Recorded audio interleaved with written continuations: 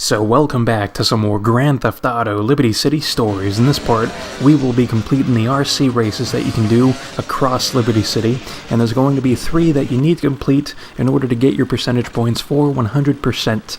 And you only have to beat these 3 races one time.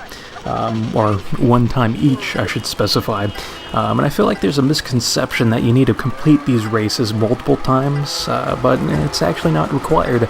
You only have to do them once each, so that's pretty nice for people who aren't really big fans of races, and especially so with these RC cars, which I think is a really cool concept, because it's like when they were introduced, they were these explosive devices in Grand Theft Auto 3, but now, you're using them in a different fashion. Where you're racing with them, so it's a cool concept, a bit difficult to kind of get used to the controls though, because there is a bit of finesse involved in something like this, because the controls are super sensitive. So if you were like trying to turn your vehicle, then you might want to tap the buttons instead of holding them down, even if it is just holding them down for a split second, because even doing that can just swerve the vehicle off to like the side of the road and then you'll crash or whatever.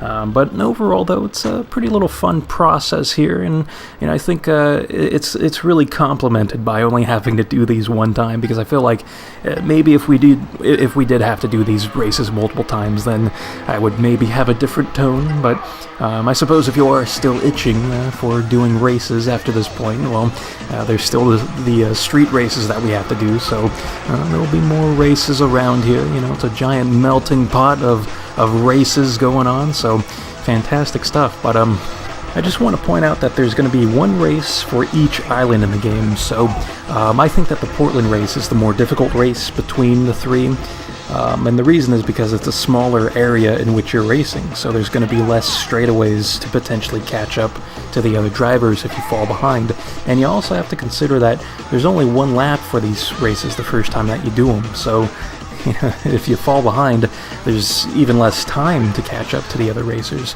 So like at the end, you can get screwed over by like missing a turn or something, or crashing into a car, and then, well, it's game over at that point, because you're by the finish line, and, well, there's no opportunity to catch up during the second lap. So but I will say that once you complete these races the first time, then the second time that you do them, then you'll have 2 laps, and then after you complete the 2-lap race, you'll have 3 laps, and it stops there. But that's the cap right there, in case you're interested in doing these more than once. And you do earn more money the more times you complete these races, but it's not appealing enough for me to be overly interested in doing them, so it's like I'll just do the bare minimum to get my percentage points. That's all I care about. But anyways, I do like that Staten Island race, though. I'd say it's my favorite, and then this airport, Francis International Airport race is my close second, and the reason why I like Belleville Park so much is because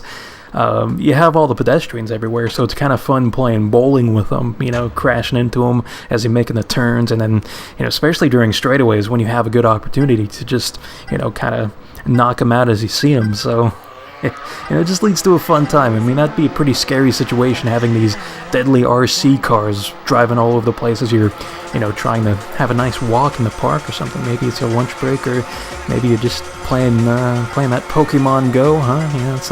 That's an okay time. It's not the greatest in the world, but if it works, it's not bad. It's like glorified stamp collecting. Let me tell you, I'm happy I got my 100% Torchic, because Blaziken is my favorite. But something that I'm kind of thinking about here is that I would like if in Grand Theft Auto Online they had one of these RC car races. Like, that would be pretty cool, right? Having 20 of these things going at it during a race, because it's already crazy and fun enough, or at least I think it's pretty fun, having just a lot of people doing a race. And I'm actually reminded of this one race that I would always just try to do if I were like the host of the lobby in Grand Theft Auto 4, where I would set the map to Stars in Your Eyes, which was a racetrack in Star Junction, and it was pretty small. It was like that Red Light District Portland race that we just did, except a bit larger, because the map is larger in Grand Theft Auto 4, but you get the idea. It's in a confined space, and it was just a lot of fun having like the max amount of players you can have in a lobby in that game, and have everybody be riding motorbikes.